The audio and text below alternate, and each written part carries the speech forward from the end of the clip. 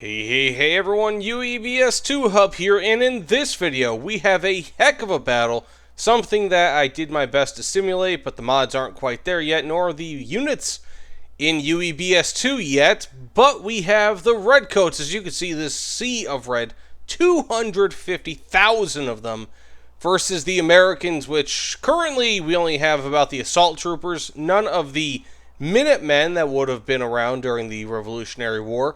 Plus, of course, some of their French allies. I believe there's something like 50,000 of the French and 125,000 assault troopers. But it's not like this is going to be something like where the assault troopers have a ton more health or whatever. They really basically just have different weapons. So I said, let's jump into it, see what we could do. And right now, there really isn't a huge difference in kills. So right now, of course, the Americans and French have more kills than the British, of course. However, it's not to the point where there's going to be a clear victor, especially considering the Redcoats outnumbered the Americans and French by 75,000. So we might see some surprises here. Now, that being said, when it comes down to it, a lot of people, might ask, hey, well, why is this in the stands? Well, it's in the desert because, of course, that's probably about the most fair map possible. It really does, outside of the dunes, it doesn't really provide any sort of geographical advantage. But also, didn't you know, this is the site of the last battle of the Revolutionary War? Jokes aside. Actually, they are now saying that the last battle of the Revolutionary War may have actually been fought in or around India. The Battle of Cuddalore, believe it or not, between the French and the English, may have been considered to be the last battle of the American Revolutionary War. Interestingly enough. But that being said, we have a slaughter here.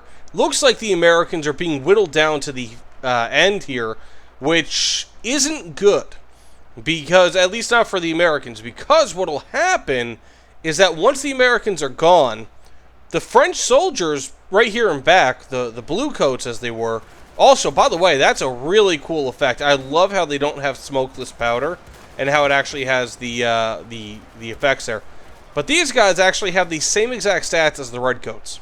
It's just that they're a different skin, essentially. So once the Americans are gone, it might just be a slaughter. I'm genuinely surprised. I am genuinely surprised at this.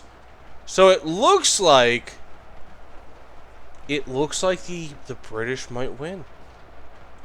Oh my gosh. Now, of course, you win the battle, you don't necessarily win the war, and we know how the American Revolutionary War happened and how it ended. It looked pretty well in hand for the British at first, and then, things happen, and thus I don't have a funny accent. But there are only 31,000 French troops left. I'm assuming there are no more American troops. And the French troops are fighting on valiantly, but, of course, this isn't how all wars would happen. They don't happen on sand dunes. People running at each other until the other side is entirely dead. Okay, you know what? We still have an active side out here. Actually, it looks like the Americans are still alive on the sides. They may have... Oh, wow. Okay, so I don't think this is going to be enough. But it's interesting to see that we still have a good chunk of American soldiers alive out here and really putting down the work alongside their French comrades. Can you imagine if this is what probably a lot of people imagine the liberation of France was like. These two guys were fighting next to each other. But at this point, it's pretty much just as I imagined. The kills are starting to even out now that the American side is more or less composed of French blue coats, so to speak. Again, because they have more or less the same exact stats. That's such a cool effect. Really, kudos to UEBS 2 creators for adding that. But being that the blue coats essentially have the same exact stats as the Redcoats, Not even just essentially, they do have the same stats. It's only a matter of time before it completely evens out.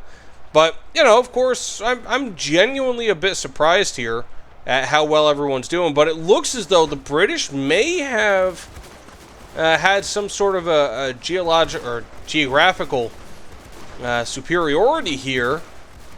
Being that, this whole pocket's still alive because they're behind a hill. Very interesting. But, of course, if these guys can't hit them, then they can't hit the Americans. So, take that as you will. But there's only about 4,000 of the American and French side left.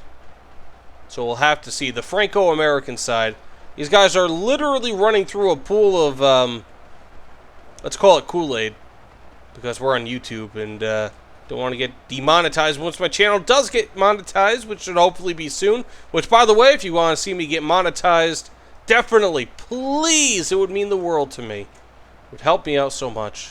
Simple monetization. You're getting ads anyways. May as well have me get a cut of them. All that you need to do is just like, comment, subscribe. That is it. Even just a subscription would be all I need, really. But a like and comment, that helps this get into the algorithm, which helps me out tremendously as well. So that said, we have the final battle here. Around 2,000 of the French and Americans left. We still have some Americans, surprisingly, versus around 75,000 of the British. And they are just filtering in. It is just a bloodbath. Only around 1,200. Like, look at this. A Kool-Aid bath. That's just sick. It's actually kind of sick. Well, there's only one French or American troop still alive, but he may have glitched out. Oh, never mind. Somehow, against history, the Redcoats have won. But we're not going to let that happen.